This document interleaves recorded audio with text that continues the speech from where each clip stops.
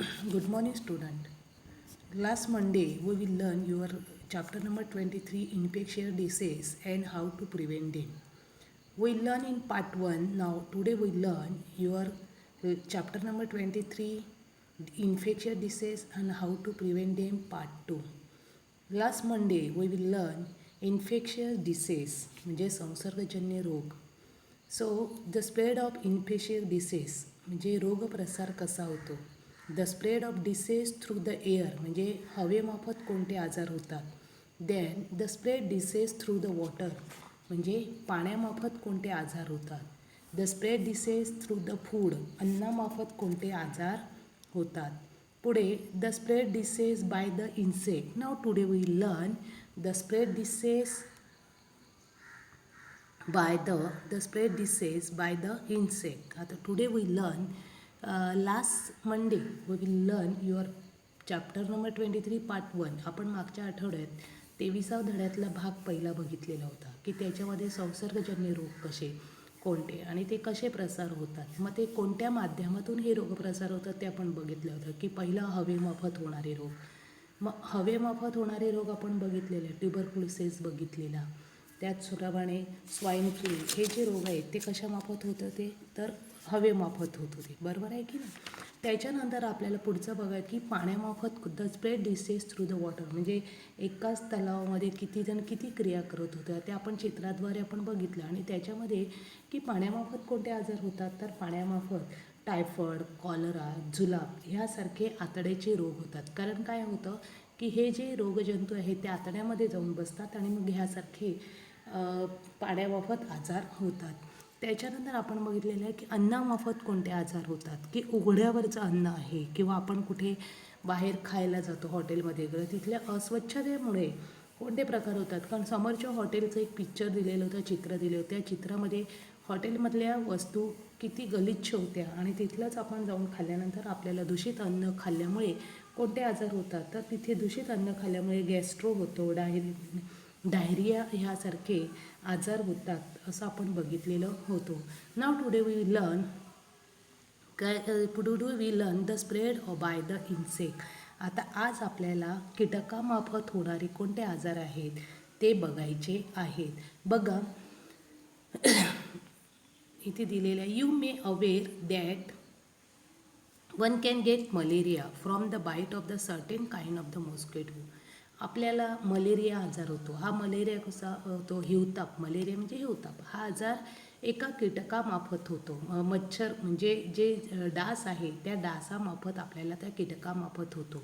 मग कसं the malaria germs in the person blood enter the mosquito body with the blood its sucks. म्हणजे काय होतं की जेव्हा तो मच्छर आहे ते मलेरिया झालेल्या व्यक्तीला त्या कीटकाने खाल्लं, त्या मच्छरने चावलं असता की त्या व्यक्तीच्या रक्तामध्ये जो मलेरियाचे जंतू असतात ते कीटकाच्या शरीरामध्ये काय त्या मच्छरच्या शरीरामध्ये प्रवेश करतात आणि ते तिथे साचले जातात. आणि तेच मच्छर जेव्हा दुसऱ्या व्यक्तीला चावतं तेव्हा त्याच्या रक्तातले ते त्यांनी चावल्यानंतर त्याच्या रक्तामध्ये जे जंतू मलेरियाचे असतात ते जंतू त्या चावलेल्या दुसऱ्या व्यक्तीला पोचतात आणि दुसऱ्या व्यक्तीला पोचल्यामुळे काय होतं त्या व्यक्तीला सुद्धा मलेरिया होतो.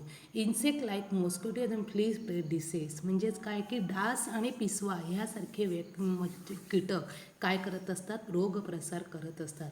That is why we must stop such insect from the breeding. आणि म्हणूनच आपल्याला काय करायचं आहे की कीटकांची पैदास थांबवायची आहे. आता इथे बघा की आपण म्हणजे कशामार्फत कोणते आजार होतात आणि त्याच्यावर त्यांनी प्रिव्हेंट म्हणजे तुम्हाला त्याच्यावर काय करायचं आहे,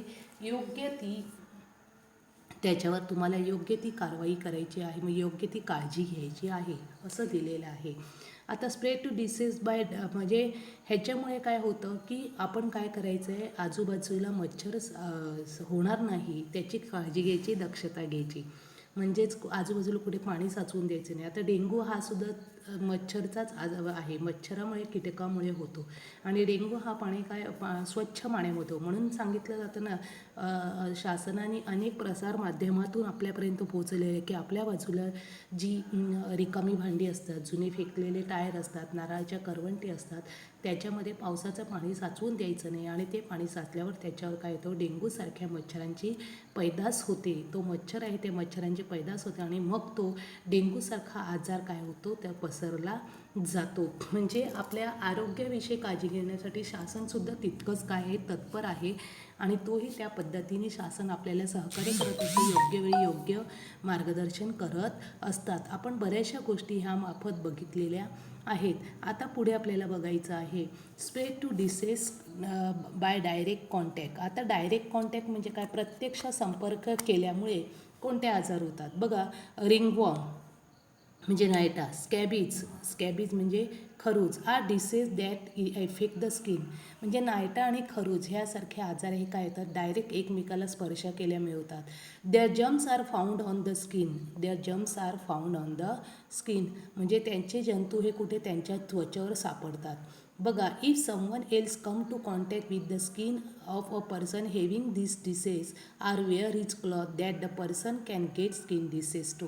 म्हणजे काय, जर एखाद्या व्यक्तीला असा नायटा, खरूज ह्यासारखे आजार झालेले असतील आणि त्या व्यक्तीने दुसऱ्या व्यक्तीने त्याच व्यक्तीच्या डायरेक्ट स्पर्श केला असता किंवा त्या व्यक्तीचे कपडे घातले असता, त्या दुसऱ्या व्यक्तीलाही त्याचा काय होतो, तो आजार संभवतो. That is why it is better avoid to sharing cloth. आणि म्हणूनच काय, त्याचा आणखीन एक पर्याय म्हणजे एकमेकांचे कपडे वापरू नये. एकमेकांचे कपडे वापरणे काय करावे, टाळावे. त्यामुळे ह्यासारखे आजार होणार नाही. त्याच्यानंतर पुढचं आहे एन एपिडेमिक ऑफ डिसीज. म्हणजे साथीचे रोग. आता कोरोना हा सुद्धा झालेला आहे. तो कसा, कोरोना हा सुद्धा एक साथीचाच आहे, कारण डायरेक्ट त्याच्या कॉन्टॅक्टमध्ये आल्यावर सुद्धा काय होतो, हा आजार होतो. म्हणून शासनाने काय केलेलं आहे, बरेचसे प्रयत्न करत आहेत आणि लोकांना स्वतःच्या आरोग्याची काळजी घ्यायला सांगितले. म्हणूनच शासनाने एक आता नवीन धोरण निर्माण केले की माझे कुटुंब ही माझी जबाबदारी. म्हणजेच काय, प्रत्येकाने प्रत्येकाच्या कुटुंबापासूनच संरक्षण करायला सुरुवात करायची, जेणेकरून काय होतं, हळूहळू ह्या साथीला, ह्या संकटाला सगळे सामोरे जायला तयार होतील आणि योग्य तो मार्ग त्याच्यातून निवडेल. मग एन एपिडेमिक डिसीज म्हणजे साथीचे रोग म्हणजे काय बघा. Germs of disease like the flu or conjunctive spread quickly through the air. म्हणजे काय येतात, काही जे फ्लू, डोळे येणे असे रोगाचे रोगजंतू हवेमार्फत झपाट्याने पसरत असतात. Germ of the disease like the flu or conjunctivitis म्हणजे काय, डोळे येणे ह्यासारखे डोळे येणे अशा रोगाचे रोगजंतू हवेमार्फत झपाट्याने पसरत असतात. So many people can get the disease all at one. आणि म्हणूनच काय, एकाच वेळेस अनेक लोकांना एकच आजार सगळीकडे पसरत असतो. If the water of common source of containment by germs of the disease like the cholera. आणि जर सगळे एकाच म्हणजे सगळ्यांचा एकत्रच पाण्याचा स्रोत असेल तर सगळ्यांना काय होतो, कॉलरासारखा साथीचा रोग होतो. त्याच्यानंतर those the drink the water getting the disease. If someone place mosquito breed in the large number of the many people than cat malaria. त्याचप्रमाणे दूषितपणे आणि पिणाऱ्या लोकांना कॉलरा होतो. त्याचप्रमाणे एखाद्या जागी मोठ्या प्रमाणात डासची पैदास झाली तर त्या ठिकाणी सुद्धा काय होतं, मलेरिया ह्यासारख्या हिवतापाचा सुद्धा काय होतं, प्रादुर्भाव होतो. When many people one area get the same infection disease all the same time we say that the epidemic of disease. मग एपिडेमिक डिसीज म्हणजे काय, साथीचे रोग म्हणजे काय की एकाच एरियामध्ये, एकाच भागामध्ये अनेक लोकांना एकच आजार होतो, त्याला काय म्हटलं जातं, साथीचे रोग असं म्हटलं जातं. म्हणजे एकाच ठिकाणी अनेक लोकांना एका वेळी एखाद्या संसर्गजन्य रोग झाला तर त्या रोगाला काय म्हटलं जातं, साथीचे रोग असं म्हटलं जातं. आता आपल्याला पुढे बघायचं आहे बघा. Air, water, food and insect are the medium through the which disease spread. म्हणजे हवा, पाणी, अन्न आणि कीटक ह्यांच्याद्वारेच काय होतं, ह्यांच्या माध्यमातूनच रोगप्रसार होत असतो. रोगजंतूचा शिरकाव होतो आणि त्याच्यातूनच रोगप्रसार होतो.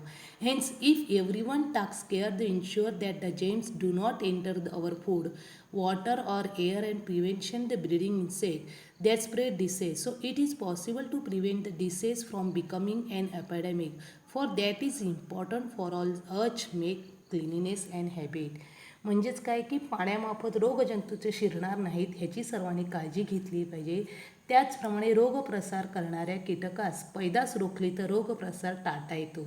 रोगाची साथ टाळणे शक्य असते म्हणून स्वच्छतेच्या सवयी हे प्रत्येकाने लावून घेतल्याच पाहिजेत. आता आपण बघितलेले आहेत रोग प्रसार बघितलेले होते, म्हणजे हवेमार्फत कोणते होतात, पाण्यामार्फत कोणते होतात, कीटकामार्फत कोणते होतात, प्रत्यक्ष संपर्क साधल्यामुळे आपण बघितलेले होते. प्रत्यक्ष संपर्कामुळे आपण इथे बघितलेलं होतं कोणते पहिले रिंगवर्म अँड स्कॅबिज, म्हणजे काय चाललेलं होतं, रिंगवर्म आणि स्कॅबिज ह्यासारखे प्रत्यक्ष संपर्कात आल्यामुळे त्याने अपाडेमिक कोणते बघितले होते, कॉलरा आहे, त्याचप्रमाणे मलेरिया आहे, यासारखे जे साथीचे आजार आहेत तेही आता आपण बघितलेले होते. म्हणजे आतापर्यंत आपण म्हणजे रोगप्रसार कसे होतो ते बघितलेलं आणि कोणत्या माध्यमातून रोगप्रसार होऊ शकतो तेही बघितलेलं होतं. मग रोगप्रसार टाळण्यासाठी आपण काय केलं पाहिजे, त्याप्रमाणे काळजी घेतली पाहिजे. आता प्रिव्हेन्शन ऑफ इन्फेक्शन डिसीज, म्हणजे आता रोग प्रतिबंधक कसे करायचं आहे, म्हणजे रोगाचा आजार होऊ नये त्यासाठी आपण योग्य ती काळजी कशी घ्यायची ते इथे दिलेलं आहे.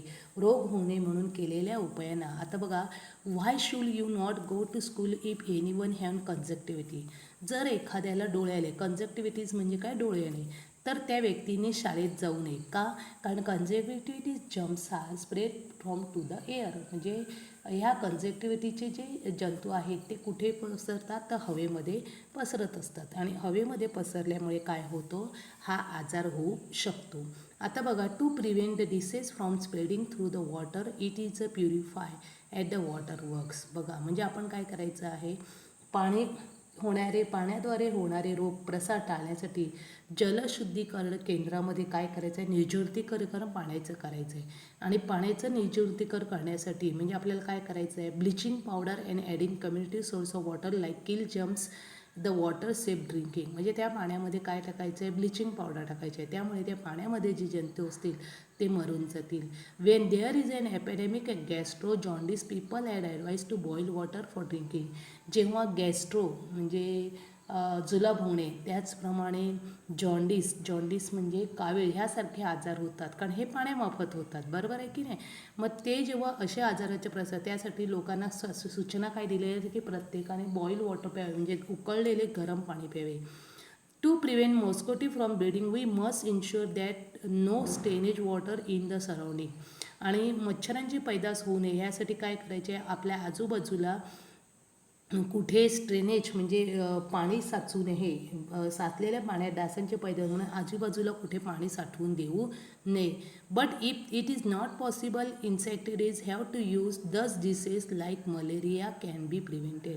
आणि जर तुम्ही असं करू शकले नाही, इथे चित्रामध्ये दिलेले आहे, टायर दिलेले आहेत, रिकामे भांड्या दिलेल्या आहेत, बॉटल्स दिलेल्या आहेत, पावसाचं पाणी त्याच्यामध्ये पडल्यामुळे काय होतं, त्या पाण्यामध्ये मच्छरांची पैदास होते. म्हणून त्यांनी काय सांगितलेलं आहे की असं बाजूबाजूला कुठे पाणी साचून द्यायचं नाही. आणि जर तुम्ही तसं केलं नाही तर त्यामुळे काय होणार आहे, मच्छरांची पैदास होणार आणि मलेरिया आणि डेंग्यू ह्यासारख्या आजारांना आपल्याला सामोरे जावं लागणार आहे. पुढे, people who have serious infection disease like tuberculosis और स्वाईन फ्लू आर क्वारंटाईन्ड.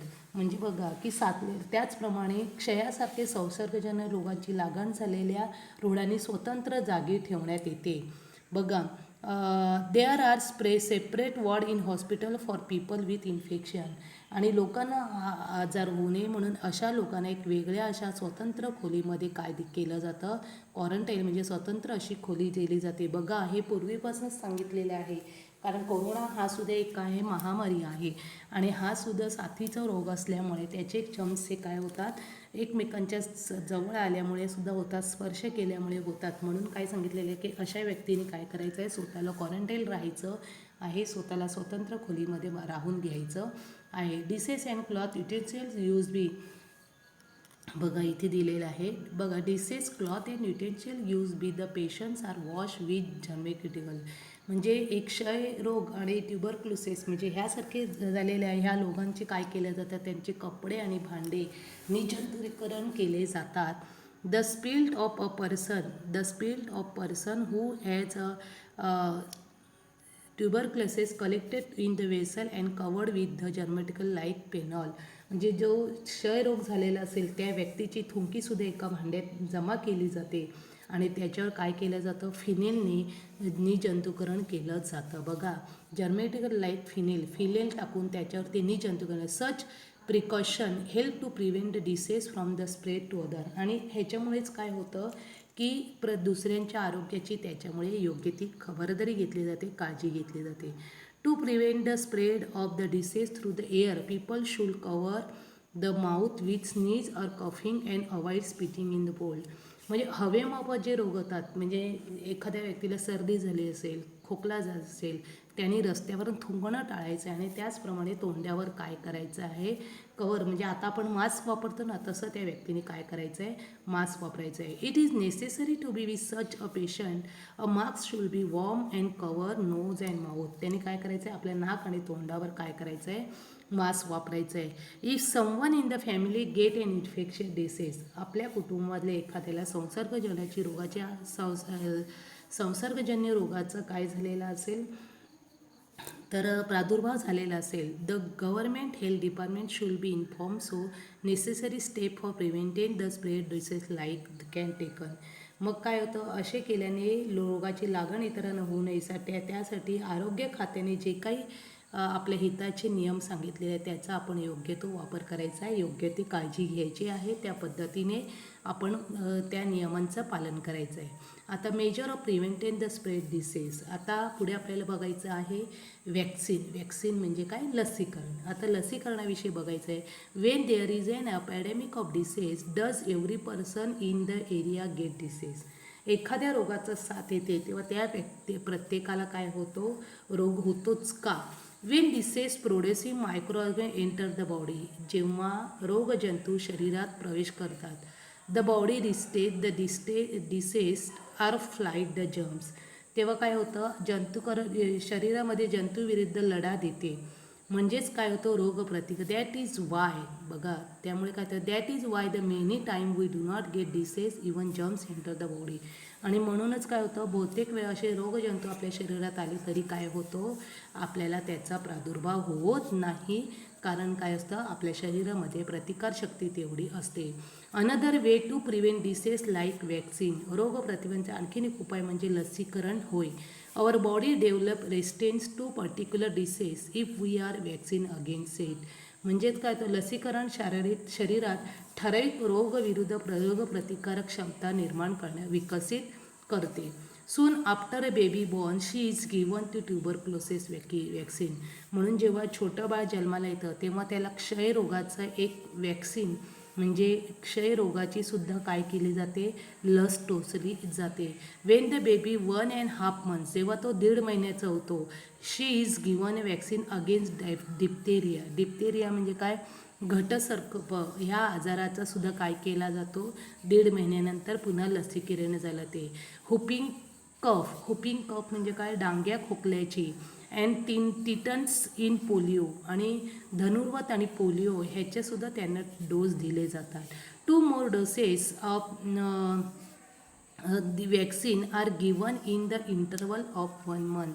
आणि अशा पद्धतीने काय केलं जातं, त्यांना असलेल्या त्रिगुणी लस टोचली जाते. पोलिओ प्रतिबंधक तोच डस तोंडावाटे दिला जातो. म्हणजे अशा ह्या त्रिगुणींच्या म्हणजे 3 वॅक्सिन बाळाला जवळजवळ 15 दिवसापासून तर 3.5 महिने 3.5 महिन्यामध्ये हे बाळांना काय केले जातात, 3 महत्त्वाचे वॅक्सिन म्हणजे लसीकरण केले जाते. आता पब्लिक हेल्थ सर्व्हिस फॅसिलिटी म्हणजे सार्वजनिक आरोग्य सुविधा. To prevent the spread of infection disease like epidemic health and community welfare program are undertaking the national level. म्हणजे काय, साथीचे व संसर्गजन्य रोगाचा आळा बसावा म्हणून राष्ट्रीय स्तरावर आरोग्य आणि समाज कल्याण कार्यक्रम हाती घेतलेले आहेत. Community programme for vaccine are also undertaking as part of the national health system. म्हणजे सामुदायिक लसीकरण कार्यक्रमाच्या आरोग्य योजनेखाली काय केलं जातं, राबविलं जातं. Children are given the vaccine by train people. म्हणजे बालकांना काय केले जातात, तर जे ट्रेन केलेले, प्रशिक्षण केलेले आहे ह्यांच्यामार्फतच काय केले जातात, त्यांना लसीकरण केलं जाते. Special camp arrange for the purpose, आणि त्याच्यासाठी वेगवेगळी शिबिरंसुद्धा आरोग्यविषयी शिबिरं आयोजित केली जातात. Primary health centre have been established the village level. आणि काय केलं जातं, primary health centre have been established at the village level. म्हणजे गावोगावी प्रत्येक ठिकाणी आरोग्य केंद्राची त्यांनी काय केलेली आहे, स्थापना केलेली आहे. There are also facility like mobile dispensary ambulance and the welfare fund of the disable. आणि अशा ठिकाणी काय केला जातो, फिरत्या दवाखान्याची तिथे काय केलेली आहे, सोय केलेली आहे. सर्व्हिस दाय लाईक्स द एक्झामिनेशन ऋणवाहिका, त्याचप्रमाणे फिरता दवाखाना, अपंग कल्याण निधी, ऋणवाहिका अशा अनेक आरोग्य संस्था तिथे त्यांनी काय केलेल्या आहेत, मॅनेज केलेल्या आहेत. युरिन अँड ब्लड म्हणजे तिथे काय, आरोग्य संस्थेमध्ये रक्त व लघवी तपासण्याची ultrasound and other scans are also available through the health programme. आणि त्याच्यामध्ये एक्सरे काढणे, अल्ट्रासाउंड म्हणजे काय, एक्सरे काढणे, युरिन लघवी रक्त तपासण्याचे छोटे छोटे तिथे त्या ठिकाणी काय केलेले आहेत, त्यांनी सुविधा तयार केलेल्या आहेत. दस patient can the service they need without delay. आणि म्हणूनच काय केलं जातं की सोनोग्राफी करणे, अल्ट्रासाउंड म्हणजे सोनोग्राफी करणे, एक्सरे करणे, क्ष किरण करणे, युरिन रक्त तपासणे, युरिन लघवी तपासणे यासारखे जे अनेक आजारांच्या सुविधा तिथे गावोगावी छोट्या छोट्या प्रायमरी हेल्थमध्ये, जे की जेणेकरून लोकांना योग्य वेळी तात्काळ त्याची सेवा मिळावी, विदाऊट डिले म्हणजे त्यांची सेवा मिळावी, त्यांना उशीर होऊ नये. People are also educated about the right method of handling drinking water the food. पिण्याच्या पाण्याची तसेच अन्नपदार्थ हाताळणी कशी करायची ह्याबरोबर त्यांनी लोकांना काय केलेलं आहे, लोकांना योग्य शिक्षण दिलेलं आहे. They are us to maintain cleanliness in their surrounding. आणि त्यांना आपला परिसर स्वच्छ ठेवण्याबाबत आग्रह धरला जातो. It is now the forbidden by law to spilt in the public space. आणि सार्वजनिक ठिकाणी थुंकण्यास कायद्याने आता काय केलेली आहे, मनाई केलेली आहे. The purpose of this ban the prevent the spread of disease. आणि मग ह्याच्यामुळे काय होतात की रोग प्रसारांची क्षमता कमी होते. Mass media are also use the raising public awareness about the health and hygiene issues. म्हणजे प्रसार माध्यमाद्वारे आरोग्यासंबंधी जनजागृती लोकांमध्ये करण्यात आलेली आहे. आता बघा, डू यू नो, तुम्हाला माहिती आहे का, at once time was believed that the diseases are causes due to the anger of the god, evil spirit or due to the black magic. देवाचा कोप होणे, भूतबाधा होणे, जादूटोणा यासारख्या रोगबाधा अशा पूर्वीची समज होती. त्यावर उपचार म्हणून अघोरी उपाय केले जात होते.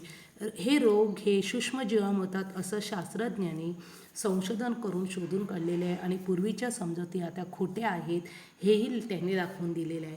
Micro organism are kind of living things also micro do not causes disease. Some micro organism are use to be they bringing about the conversion of milk into yogurt and fermentation of the batter of the idlis and dishes etcetera. म्हणजे सूक्ष्मजीव हे एक प्रकारचे सजीव असतात. सगळे सूक्ष्मजीव रोगास कारणीभूत नाहीत. उलट काही सूक्ष्मजीव मानवाला उपयोगी असतात. म्हणजे दुधाचे दही बनवणे, दह्यामध्ये सुद्धा अनेक सूक्ष्मजीव असतात. त्याचप्रमाणे आंबोळी करणे, आपण इडलीचं पीठ बनवतो त्याच्यामध्ये सुद्धा काय असतात, अनेक रोगजंतू, अनेक रोग सूक्ष्मजीव असतात.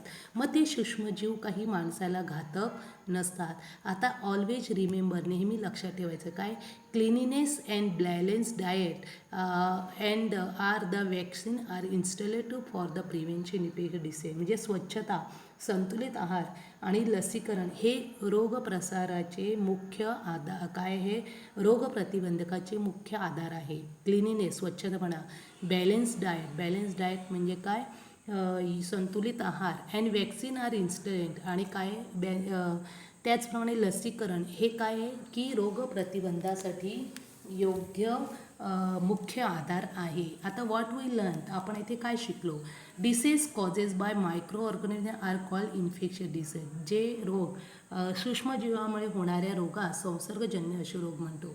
Micro organism that causes disease are also called germs. म्हणजे रोगाला कारणीभूत ठरणाऱ्या सूक्ष्मजीवांना रोगजंतू असं म्हटलं जातं.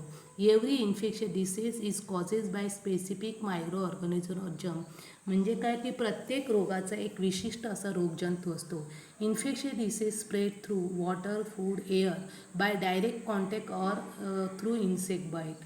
म्हणजे काय पाण्यावाटे, अन्नावाटे, हवेतून थेट संपर्कामुळे तसेच कीटक दंशामुळे रोगजंतूचा प्रसार होतो.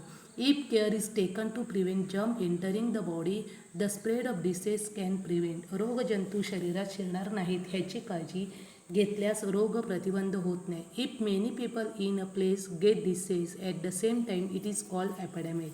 जर एकाच ठिकाणी एकच रोग अनेक लोकांना झालेला असेल तर त्याला काय म्हटलं जातं? साथीचा रोग किंवा संसर्गजन्य रोग असे म्हटलं जातं. Vaccine is as excellent method of prevention disease. आणि लसीकरण हा रोग प्रतिबंधाचा एक उत्कृष्ट असा उपाय आहे. आता बघा कोरोना महामारी आलेली आहे, त्याच्यावर अजून वॅक्सिन सापडले नाही, त्यामुळे शासनही थोडंसं गोंधळीत आहे आणि आपण सर्वसामान्य जनता येईल प्रत्येकाचं काय मत आहे की एकदा वॅक्सिन मिळू दे की आम्ही सगळे सुटले. म्हणजे काय आहे की ती वॅक्सिन घेतल्यानंतर त्या विशिष्ट आजारावर रोग प्रतिबंध होतो, म्हणजे तो आजार पुन्हा होत नाही. ह्याच्यासाठी हे विशिष्ट असं दिलेलं आहे. तर आज आपण ह्या चॅप्टरमध्ये संसर्गजन्य रोग कसे होतात, रोगप्रसार कसा होतो आणि त्याचप्रमाणे त्याचं प्रिव्हेन्शन म्हणजे रोग प्रतिबंध कसे करायचे आहेत ते आपण ह्या चॅप्टरमध्ये समजून घेतलेलं आहे. इथे आपला हा धडा संपलेला आहे. धन्यवाद.